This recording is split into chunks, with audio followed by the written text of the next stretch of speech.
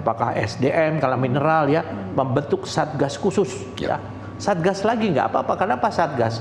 Satgas itu Mbak, ini itu kita lebih banyak saling mengawasi gitu. Dibandingkan dengan sekarang polisi jalan sendiri, kejaksaan jalan sendiri, SDM jalan sendiri, itu akan sangat rentan terjadinya penyimpangan. Tapi kalau kita bikin satgas itu jauh lebih efektif. Saya ngalami waktu Kabar Reskrim menangani masalah mafia hukum dulu Pak. Kita kerjasama dengan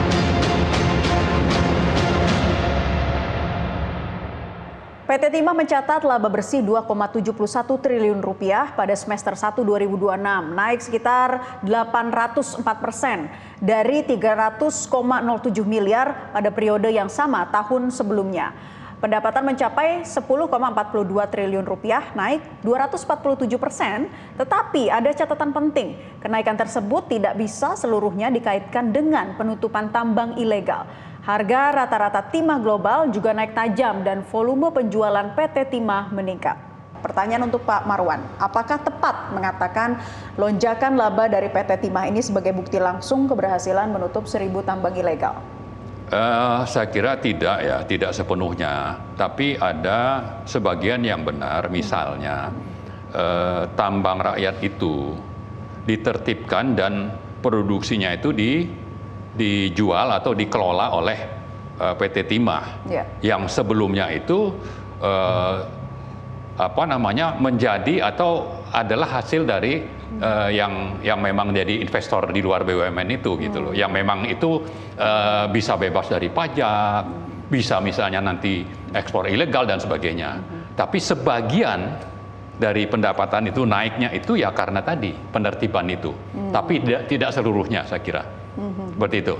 Oke, Pak Ito, PT Timah mencatat ada laba bersih ya 2,71 triliun semester 1 2026, naik tajam dibanding periode yang sama di tahun sebelumnya. Tetapi kenaikan laba ini tidak bisa serta-merta dianggap sebagai dampak langsung. Pertanyaan yang sama tadi seperti yang saya sampaikan kepada Pak Marwan. Saya sangat sependapat dengan Pak Marwan. Kalau tadi diibaratkan dengan teori iceberg ya, jadi gunung es. Ini ujungnya nih masih kecil, yang di bawahnya masih gede. Kenapa demikian? Sekarang kan istilahkan kalau dalam bahasa Inggris better to do than nothing gitu. Kalau udah diperintahnya ya better to do than nothing. Kalau nothing ya kamu udah selesai lah. Jadi kita melakukan masih banyak sekali kendala-kendala. Jadi sekarang yang disampaikan Pak Marwan tadi betul sekali ya. Yang misalnya di bawah ini Mbak ya. Yang di bawah itu jauh lebih besar daripada yang ada sekarang. Nah, bagaimana menegakkan hukum terhadap yang kasus-kasus ilegal yang ada di bawah ini? Itu kan satu sudah ada political will dari Bapak Presiden. Sekarang yang kedua, betul yang disampaikan oleh beliau, kira-kira siapa sih stakeholder yang paling berwenang dan bertanggung jawab? Sekarang harus ada penilaian dong. Kalau saya kan bekerja dalam organisasi, ada layer di bawah saya. Kalau layer di bawah saya anggap tidak becus bekerja, saya harus cari orang yang bisa lebih meningkatkan hasil. Misalnya beliau sekarang membentuk ya, Kementerian apakah SDM, kalau mineral ya, membentuk satgas khusus. Ya. Satgas lagi nggak apa-apa, kenapa satgas? Satgas itu Mbak, ini itu kita lebih banyak saling mengawasi gitu. Dibandingkan dengan sekarang polisi jalan sendiri, kejaksaan jalan sendiri, SDM jalan sendiri, itu akan sangat rentan terjadinya penyimpangan. Tapi kalau kita bikin satgas itu jauh lebih efektif. Saya ngalami waktu Kabar Reskrim menangani masalah mafia hukum dulu Pak. Kita kerjasama dengan Ditjen Pajak, Keuangan, kemudian juga BPK. Kita kerjasama sehingga kita saling mengawasi. Hasilnya luar biasa kan? Tapi ini kan hanya sesaat. Habis itu ya kalau katakan tambang ini pasti banyak upaya-upaya lain melalui jalur-jalur lain supaya bagaimana yang ini ditutup, yang ini dibuka. Makanya yang dikatakan oleh Bapak Presiden, ya 1.000 sudah ditindak, 1.000 lagi muncul. Karena tadi ibaratnya kalau merasa begini di tangan keluar di sini kan, di sela-sela ini. 10 ditutup, buka lagi 10 kan, 100 tutup. Nah ini kan tidak akan pernah selesai masalah ini. Sekarang tinggal bagaimana kita betul-betul yang disampaikan beliau, yang paling penting. Pak Marwan ini kan punya pengalaman, beliau istilahnya pengamat independen ya. Nah ini harus dilibatkan. Kalau kita masih berkutat dengan orang-orang dalam saja, saya kata nggak mungkin lah ini bisa efektif, efisien. Harus melibatkan masyarakat, harus melibatkan tokoh-tokoh yang independen yang bisa mengawal ya. Oke, Pak Marwan, ditambahkan tadi selain melibatkan masyarakat juga, tokoh-tokoh independen, pakar, pengamat di dalamnya begitu ya, untuk bisa benar-benar memutus sampai dengan ke akar-akarnya. Saya pengen tanya dulu soal kerugian negara akibat tambang ilegal itu bisa dihitung hanya dari penerimaan yang tidak masuk kas negara atau harus memasukkan elemen lain, misalnya kerusakan lingkungan, biaya rehabilitasi, ada juga kerusakan infrastruktur, kesehatan masyarakat, dan hilangnya nilai ekonomi lahan. Ya, itu semuanya harus dihitung. Oke. Semuanya harus dihitung, karena kalau cuma bicara objek dari mineral itu sendiri saja, itu ya tidak sebesar ini. Padahal kan ada aturan tentang cara penambangan yang baik. Ada kompensasi kalau sudah selesai tambang, itu kan ada dana yang dikumpulkan nanti untuk dipakai merehabilitasi yang sudah rusak itu. Jadi artinya menyeluruh sebetulnya yang perlu kita tuntut, dan itu harusnya jadi pegangan. Dan itu sebabnya kalau ini oleh BUMN dan BUMD itu lebih mudah mengontrol, dan orang-orang yang memang kalau manajemennya itu dipilih orang-orang yang profesional, yang amanah, itu bisa terlaksana. Itu sebabnya kalau memang mau benar-benar ini berhasil, ya kembali ke pasal 33. Pasal 33-nya juga jangan ada politik. Misalnya beberapa tahun yang lalu Bahlil dan waktu itu Pak Jokowi masih itu boleh memberikan izin kepada ormas, kepada kampus untuk nambang. Nanti belakangan ini kan ormas ini akan kerjasama dengan swasta juga gitu. Tapi yang lebih penting, amanat pasal 33 itu adalah bahwa ini dari rakyat untuk rakyat, punya rakyat. Kalau ada Muhammadiyah, misalnya, ada kampus UI, ITS, gimana dengan kampus lain? Gimana dengan ormas lain? Kan tidak fair. Ya kan, jadi tidak juga bahwa ini karena berjasa mungkin ya dulu waktu Pilpres, perlu ada kompensasi tapi melanggar pasal 33. Ini nggak benar, jadi sangat mendasar untuk kembali dulu ke pasal 33, konsisten dengan itu, termasuk undang-undang dan peraturan yang terkait diperbaiki, lalu pilih orang-orang yang memang amanah, dan urusan kita bukan cuma tambang rakyat ilegal itu. Itu jumlahnya sangat kecil dibanding kejahatan yang lebih besar, dan itu sudah dimulai dengan statement kebijakan ekspor satu pintu. Itu sangat bagus. Tapi sudah setahun, mana kelanjutannya? Nah, inilah harapan kita, rakyat itu sangat menunggu sebetulnya langkah konkret dari Pak Prabowo. Jadi kemudian jika dibentuk Satgas untuk menertibkan sambil jalan, undang-undang dan peraturan diperbaiki, lalu kebijakan yang sudah diambil itu konsisten dijalankan. Jangan ada lagi nanti semacam fleksibilitas, giliran dengan berhadapan dengan partai besar misalnya, ekspor satu pintunya tidak konsisten dijalankan.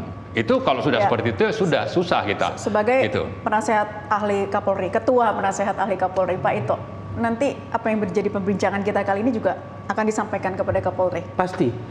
Kan biasanya ini satu hal yang mungkin sangat positif ya sekarang, sejak Agustus 2025 ya, saat itu Agustus Kelambu lah, di mana masyarakat meminta polisi melakukan reformasi.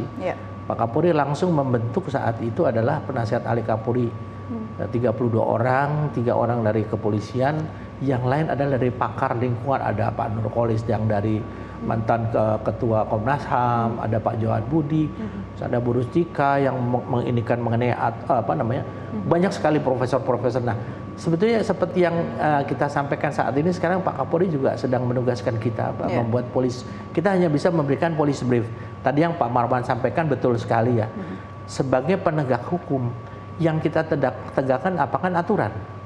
Nah, kalau aturannya itu lemah, ya jangan disalahkan kita yang menegakkan ya Pak ya.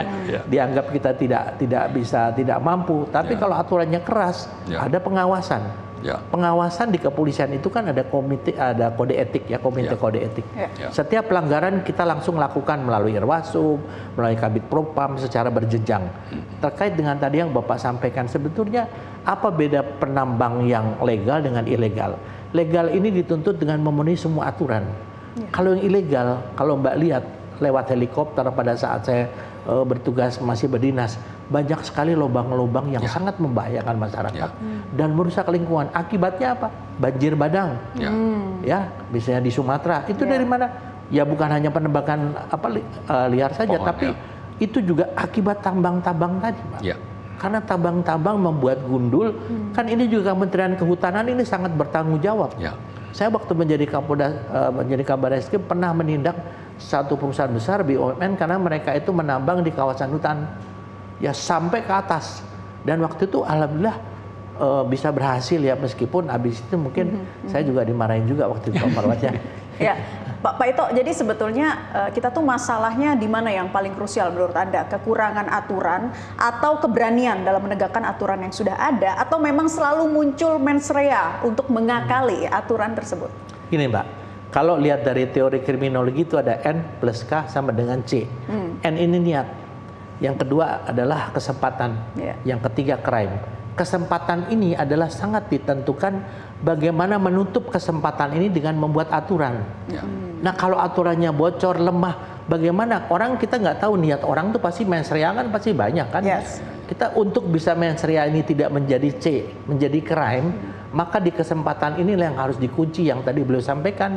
Bagaimana kebijakan-kebijakan itu yang memang sudah bagus dilaksanakan bukan hanya sebagai sesuatu yang sifatnya formalitas saja.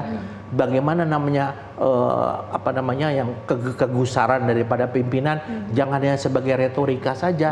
Nah ini bagaimana supaya ini bisa betul-betul dilaksanakan? Kami dari pihak kepolisian sebagai penegak hukum, kalau ada aturannya kita tidak tegakkan, kita punya namanya kode etik. Yang kedua, kita juga tentunya harus bertanggung jawab kepada presiden kan. Presiden harus berani. Kalau memang misalnya Kapolrinya atau menteri terkait tidak benar, seperti beliau sampaikan, ya kalau mau untuk menegakkan pasal 33 Undang-Undang Dasar itu yang merupakan untuk rakyat banyak, ya mari kita cabut ganti ya. Tadi kan harus ada kemauan, harus ada keberanian. Oke. Pak Marwan, apa jaminannya 1.000 tambang ilegal tidak kembali menjadi 2.000 setelah sorotan mereda? Ya, apa yang sudah menjadi tekad itu dilaksanakan secara komprehensif dan sungguh-sungguh, sambil juga nanti ada misalnya permintaan dari Presiden untuk misalnya kalau dibentuk Satgas itu melaporkan secara rutin progresnya seperti apa gitu. Tapi juga soal pengawasan tadi ya, kita bermasalah dengan DPR.